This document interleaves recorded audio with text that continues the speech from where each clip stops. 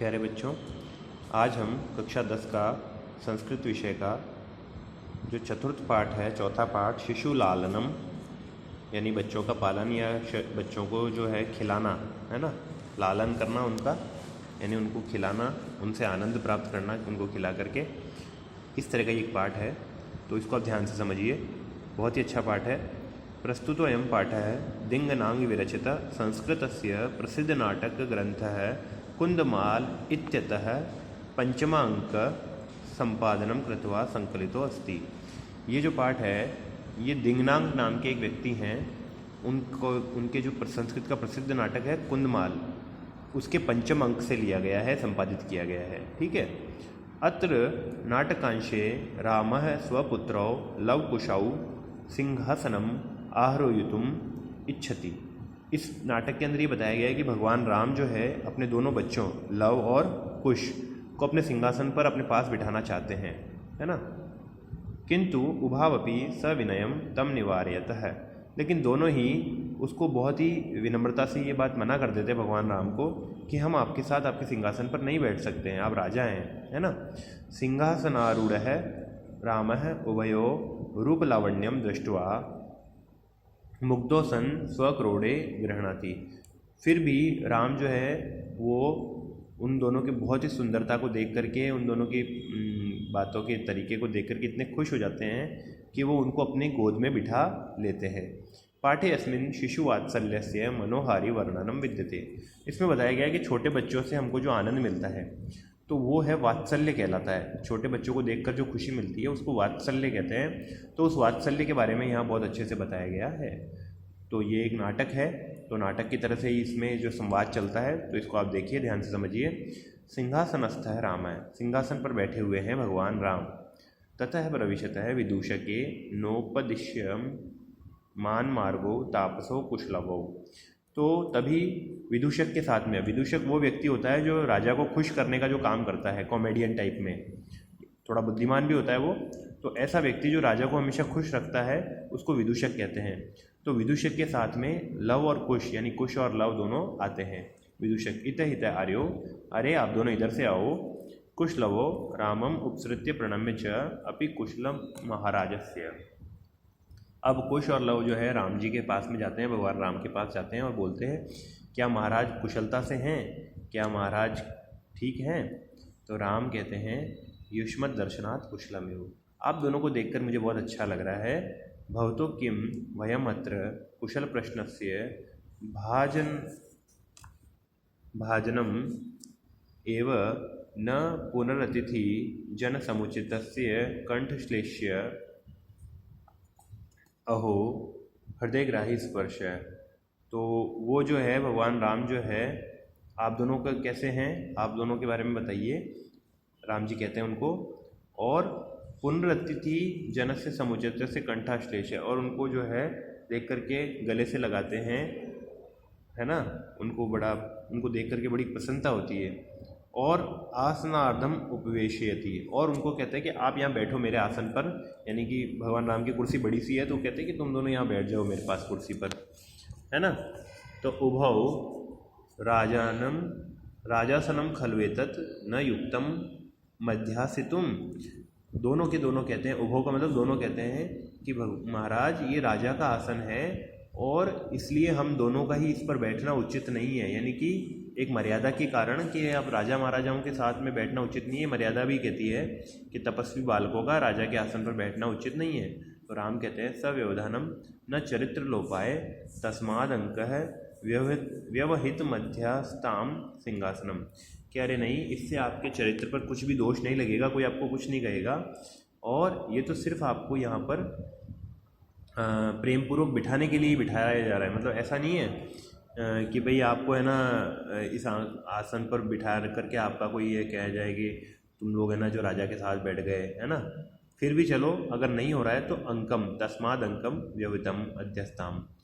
तो आप कोई बात नहीं, अंकम उपवेशति, मेरे अंक में बैठ जाओ, यानी मेरी गोद में बैठ जाओ, अगर आसन पर नहीं बैठना है तो। उभव अनिच्छाम नाट्यतः, और राजन वो कहते हैं कि ऐसे नाटक करते हैं वो दोनों कि हमारी इच्छा नहीं है, और बोलते हैं राजन अलम अति दाक्षिण्यन, कि राजन आप हम पर इतनी ज़्यादा दया मत दिखाओ या इतना ज़्यादा हमसे प्रेम मत दिखाओ, है ना। अति दाक्षिण्येन का मतलब हमको ज़्यादा प्रेम मत दिखाओ, ठीक है ना।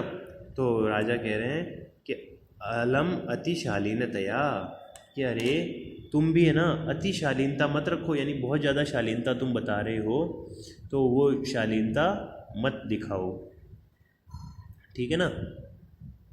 तो मतलब कि देखो दोनों दोनों है ना, दोनों के दोनों जो है राजा और जो उसका जो बच्चे हैं दोनों ही, अभी तक राजा को ये पता नहीं है, भगवान राम को ये पता नहीं है कि भाई ये जो है वास्तव में मेरे ही पुत्र हैं दोनों, है ना। तो ये कह रहे हैं कि भवती शिशुजनो वयोनुरोधाद गुणम महतामपि लालनीय एव व्रजति हिम करोपि बालभावात् पशुपति मस्तक केत कच्छदत्वम, है ना। तो ये कह रहे हैं कि भवती शिशुजनो वयोनुरोधात्, ठीक है ना, कि आप दोनों जो हैं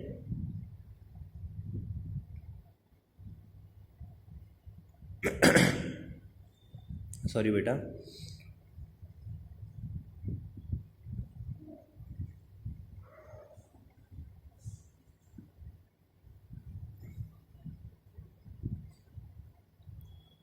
जो शिशुजन होते हैं, है ना, तो छोटे बच्चे जो होते हैं, तो वो वैसे भी आप चाहे कोई राजा हो या कोई आप कुछ भी हो, मतलब आप बड़े महान व्यक्ति भी हो, गुण महताम अपि, है ना, चाहे आप गुण महताम भी हों तो भी वो लालनीय एव, यानी छोटे बच्चे जो हैं वो अपनी उम्र की वजह से और अपनी बाल सुकोमल बाल, मतलब बच्चे के प्यारे लगते हैं सभी को। तो बड़े बड़े अधिकारी लोग भी होते हैं ना, वो भी उनको अपनी खिला सकते हैं, मतलब ऐसा नहीं है कि वो उनको अच्छे नहीं लगते हैं।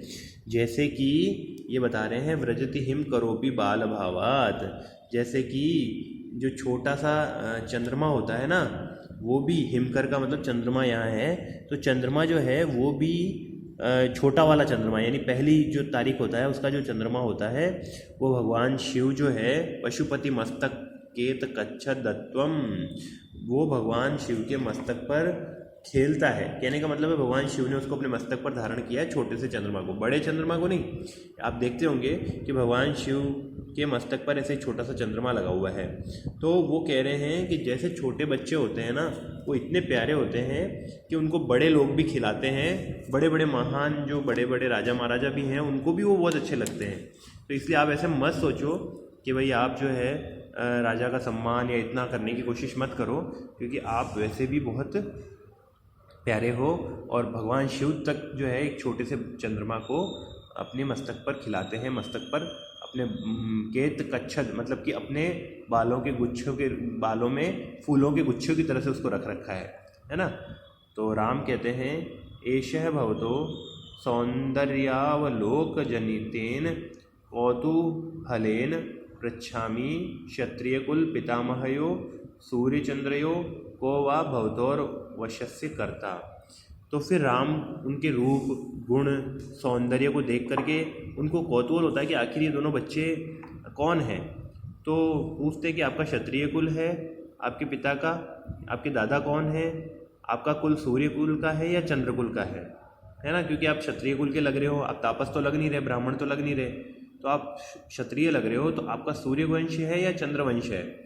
तो लव कहता है भगवन सहस्त्र दीधिति, यानी कि भगवन हमारा जो वंश है, हे राजा हमारा जो वंश है वो सहस्त्र दीधिति का वंश है, यानी कि जो हमारा वंश है वो सूर्य वंश है। तो राम कहते हैं कथम अस्मत् समान भिजनौ संव्रतो, कि आप तो बिल्कुल हमारे ही वंश के हो, यानी कि हम भी सूर्यवंशी हैं और आप भी सूर्यवंशी हो, है ना।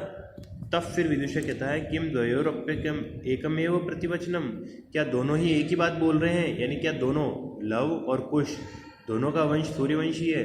तो लव भ्राता रावम सौदर्यो, हम दोनों भाई हैं और एक जुड़वा भाई हैं, मतलब कि हम दोनों जो हैं सौदर्यो हैं, एक ही उधर से हमने जन्म लिया है, हमारी माता एक ही है।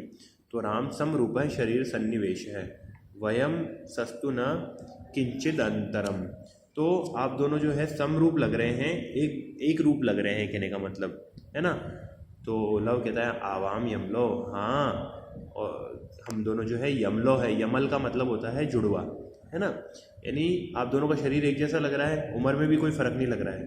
तो फिर वो बोलते हैं कि हाँ हम लोग जो है यमल हैं, यानी कि हम दोनों जो है जुड़वा हैं। तो राम कहते हैं संप्रति युज्यते किम नाम धेयम, अच्छी बात है, क्या नाम है। तो लव कहता है आर्य वंदनायात लव इत्यानाम श्रावयामी, कि आर्य हम लोग जो है लव नाम से मुझे बुलाया जाता है, मतलब मेरे को ऐसा, जब मेरे को कोई बुलाता है तो मेरे को लव नाम सुनाई देता है। और कुश को निर्दिष्ट करके बोलता है आर्यो अपि गुरु चरण वंदनायाम, और आर्य को भी जब गुरु चरण की वंदना करता है, यानी कुश भी जब गुरु चरण की वंदना करता है, इससे पहले वो कुछ बोलता है, कुश खुद ही बोल देता है अहम अपि कुश इत्यानाम नाम श्रावयामी, तो मुझे कुश नाम से बुलाया जाता है। यानी कि हमको हमारा नाम नहीं पता है, लेकिन हमारे मतलब एक मान सम्मान की बात होती है कि अपना नाम ऐसे डायरेक्ट नहीं बताया जाता है कि भाई है ना मेरा नाम ये है, ऐसे नहीं, बड़ों के सामने से बताया जाता है कि मुझे मेरे माता पिता इस नाम से बुलाते हैं, है ना। तो इस तरह से आप नाम बताएंगे तो वो एक अलग तरीके, उसका एक सम्मान अलग तरह से कि यार ये बच्चा कितना संस्कारी है कि इस नाम बताना इसको कितना अच्छे से आता है। तो राम अहो उदात रम्यम समुदाचार है किम नाम ध्येय भवतोर गुरु, अरे आप लोग तो बड़े ही शिष्ट व्यवहार करने वाले बच्चे हो, और आपके गुरु का क्या नाम है। तो आज के वीडियो में इतना ही बेटा, ठीक है ना। अपन ने आधा भाग इसका पढ़ लिया है, तो इसको आपको समझ में आ गया होगा मेरी समझ से कि देखो इन लोगों ने कितना अच्छे से जो है भगवान राम से बात कर रहे हैं, और बात करने की शैली भी कितनी सुंदर है। यहाँ देखिए, यहाँ ये मुझे बड़ा अच्छा लगा इसमें कि भाई मैं अपने मेरा जो नाम मैं सुनता हूँ वो कुश नाम सुनता हूँ, यानी उन्होंने ऐसे नहीं कहा कि मेरा नाम कुश है ना, या मेरा नाम लव है, उन्होंने ये बताया कि हमको इस नाम से पुकारा जाता है, ऐसे कहा उन्होंने। तो कहने से ही भी बहुत फ़र्क पड़ जाता है। तो आप इस वीडियो को अच्छे से एक दो बार देख करके समझ लेना यहाँ तक, फिर कल जो है इसका आगे का आधा भाग अपन पढ़ेंगे। आज के वीडियो में इतना ही, थैंक यू बेटा।